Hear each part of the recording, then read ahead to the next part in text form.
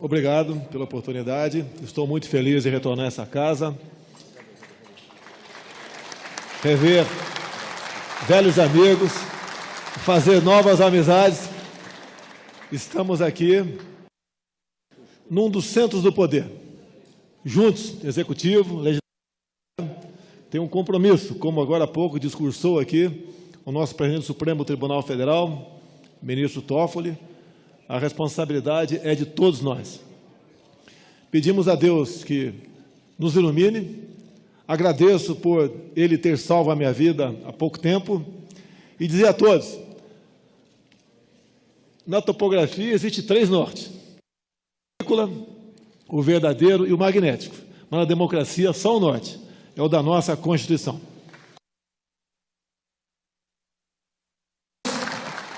Presidente juntos, presidente Toffoli, querido Rodrigo Maia e demais autoridades aqui da mesa. Vamos continuar, presidente Temer, construindo o Brasil que o nosso povo merece. Temos tudo para sermos uma grande nação. E a união de nós, que no momento estamos aqui ocupando cargos chaves na República, podemos sim mudar o destino dessa grande nação. O brasileiro, acredito em nosso potencial. Meu muito obrigado a todos e peço a Deus que nos ilumine a todos para continuar traçando os destinos que o nosso povo merece. A felicidade e o Brasil acima de tudo e Deus acima de todos. Muito obrigado. Em primeiro lugar, eu quero dizer que serei brevíssimo. E para sê-lo, eu começo saudando, digamos, rapidamente, a mesa diretora, a partir do presidente Eunício, do presidente Toffoli, do presidente Sarney, do presidente Rodrigo Maia, da senhora procuradora-geral, Raquel Dodge, do presidente eleito Jair Bolsonaro, do vice-presidente Mourão, do Mauro Benevides. Enfim, eu saúdo também a todas as autoridades que se encontram no plenário. E, ao fazê-lo, eu quero dizer, por meio dos deputados e senadores, representantes do povo e representantes dos estados, que nós saudamos especialmente o povo brasileiro, porque os senhores são representantes do povo brasileiro. E nessa brevíssima manifestação, eu quero secundar as palavras daqueles todos que aqui se manifestaram. E, ao secundá-las, dizer, fundamentalmente, a partir do presidente Eunício, a partir do presidente Rodrigo Maia, do presidente Jair Bolsonaro e do presidente Toffoli, que as palavras todas foram de homenagem à Constituição, na convicção mais absoluta de que não há caminho fora da Constituição. E eu confesso que, neste momento, eu estou aqui, se eu quisesse, presidente Jair Bolsonaro, ter uma palavra que fosse o mote, o norte, o caminho, para minha fala, eu diria que a palavra é recordação, porque, de fato, ao constituinte que fui, foi meu primeiro mandato, ao lado de tantos outros constituintes que aqui eu vejo, né? Aquela recordação nos rejuvenesce, e nos rejuvenesce precisamente porque eu me recordo da grande agitação, Antônio Jesus, que havia aqui na Constituinte, o povo todo ingressando pelo Congresso Nacional, o povo todo, todos os setores da nacionalidade, Maria Badia, trazendo para o interior do Congresso Nacional as suas reivindicações, e reivindicações que eram filtradas e acolhidas. Portanto, quando o presidente Ulisses Guimarães disse, muito apropriadamente, que esta é a Constituição cidadã, ele quis dizer que era uma Constituição cidadã na voz e no conteúdo, porque o conteúdo que se deu foi precisamente pela voz do povo brasileiro. Portanto, quando eu vejo aqui que nós todos estamos a saudar, e daí a oportunidade deste encontro promovido pelo Congresso Nacional, pelo Eunício, pelo Rodrigo Maia, por todos, não é? Nós estamos aqui recordando a Constituição de 88, mas não recordando-a para esquecê-la, ao contrário, recordando-a para preservá-la e fazer com que daqui há 70 anos, estejamos todos aqui comemorando o centenário da Constituição de 88. Portanto, meus amigos, minhas amigas, eu quero dizer que a Constituição trouxe inegáveis avanços, não é? Até porque é interessante, eu registro um fato curioso. Os senhores sabem que a expressão Estado democrático é sinônimo de Estado de direito. E nós estávamos tão enfáticos na história da democracia no país que nós logo encimamos o texto constitucional com a expressão Estado democrático de direito, para revelar a participação, não é, de todo o povo brasileiro. E quando falamos, como mencionou o ministro Toffoli, a harmonia e independência entre os poderes, era na convicção mais absoluta de que nós somos autoridades constituídas, nós não somos titulares do poder.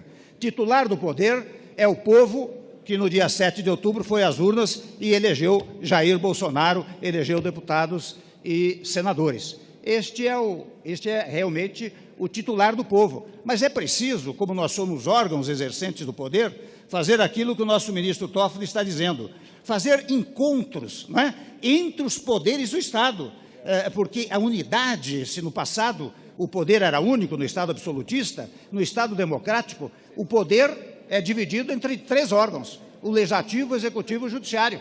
E eu sei que o presidente Toffoli já conversou com o presidente Jair Bolsonaro, já conversou conosco, já conversou com os membros do Congresso Nacional, para que permanentemente, mensalmente ou bimensalmente, haja um encontro dos chefes dos poderes para que possam direcionar o país no caminho que a Constituinte de 88 nos indicou. Eu não tenho dúvida que a Constituinte indicou o melhor caminho e, ao fazê-lo, realmente teve os olhos postos nas ansiedades e nas expectativas do povo brasileiro. Por isso, presidente Eunício, eu quero cumprimentá-lo por esta oportunidade. Afinal, você trouxe para cá as autoridades todas do passado, como o presidente Sarney, do passado apenas cronologicamente, mas do presente, porque a todo momento o presidente Sarney, tal como disse o presidente Toffoli, está a nos ensinar a todos um exemplo de moderação, de equilíbrio, de serenidade, de tranquilidade, que é preciso nos momentos atuais. De modo que, ao cumprimentar os meus colegas parlamentares, né, que comigo conviveram, tanto os de 88 como os sequentes, porque aqui fiquei 24 anos. Eu quero, mais uma vez, finalizar dizendo que a minha palavra é palavra de recordação. Eu não quero ser como aquela professora de história, que era tão velha, que não precisava estudar, ela só se recordava. Mas de 88, eu estou me recordando e cumprimentando aqueles constituintes de 88 que produziram um novo Brasil. Meus cumprimentos a todos. Senhor presidente do Congresso Nacional, senador Eunício Oliveira, na pessoa de quem cumprimento os membros do Poder Legislativo, os de ontem, especialmente os constituintes aqui presentes, os de hoje e também os que foram eleitos para a próxima legislatura. Presidente Michel Temer, presidente da República e chefe de governo e do Estado brasileiro, que também foi constituinte, cumprimento a Vossa Excelência e, na pessoa de Vossa Excelência, todos os membros do Poder Executivo. Presidente da Câmara dos Deputados, deputado Rodrigo Maia, quem cumprimento todos da Câmara dos Deputados, em especial. Presidente da República da Transição Democrática. Sem o presidente José Sarney, talvez não tivéssemos tido a possibilidade de vivermos sob o palio da Constituição de 1988. A habilidade de Sua Excelência nesse momento, nessa efeméride que cumprimenta os 30 anos, deve ser mais uma vez destacada, como sempre o fiz nas celebrações, seja no Tribunal Superior Eleitoral, seja no Supremo Tribunal Federal. A nação brasileira muito deve à transição democrática à pessoa de Vossa Excelência. Meus cumprimentos. Presidente eleito Jair Bolsonaro, deputado federal e presidente eleito, a quem também cumprimento pelas eleições e também cumprimento que no último ato de campanha Vossa Excelência estava exatamente com este modelo de Constituição, com esta Constituição à mão e celebrando que uma vez eleito, iria cumprir como vai cumprir a Constituição e as leis do Brasil. Cumprimento também a senhora Procuradora-Geral da República, doutora Raquel Dodge, na pessoa de quem cumprimento os membros do Ministério Público. Ministério Público este que deve muito à Constituição de 1988, que trouxe amplas atribuições ao Ministério Público. Presidente do Superior Tribunal de Justiça, ministro João Otávio de Noronha, na pessoa de quem cumprimento os senhores ministros dos Tribunais Superiores, o deputado vice-presidente do Congresso Nacional, deputado Fábio Ramalho, senhoras e senhores embaixadores, senhoras e senhores magistrados, um cumprimento especial aos amigos que aqui fiz na Câmara dos Deputados, os servidores da Câmara, durante os 5 anos que passei aqui, de 1995 a 2000, onde muito aprendi com os colegas servidores desta casa. Senhoras e senhores da imprensa, senhoras e senhores, há 30 anos, nesta mesma sala plenária da Câmara dos Deputados, Ulisses Guimarães erguia a Constituição então promulgada. Erguia a Constituição então promulgada. Em um discurso incisivo, o então presidente da Assembleia Nacional Constituinte destacou que a Constituição de 1988 seria o guia da sociedade brasileira rumo a uma mudança histórica. De fato, a promulgação da Constituição de 1988 representou, mais do que um rompimento com a ordem anterior, um compromisso como a instauração de um novo país, mais democrático, livre, justo, solidário e igualitário. Os constituintes lograram aprovar uma carta extremamente plural, vocacionada a promover a convivência dos múltiplos anseios sociais da nação, contendo um amplo rol de direitos civis, políticos e sociais. A Constituição de 1988 projeta para cada brasileiro o ideal de uma cidadania plena. Muito se conquistou nestes últimos 30 anos, valendo destacar principalmente o fortalecimento das instituições democráticas. Não podemos negar que temos passado por episódios turbulentos nos últimos anos. Investigações envolvendo a própria classe política e empresarial. Um impeachment de uma presidente da República, a cassação de um presidente da Câmara dos Deputados, presidente da República.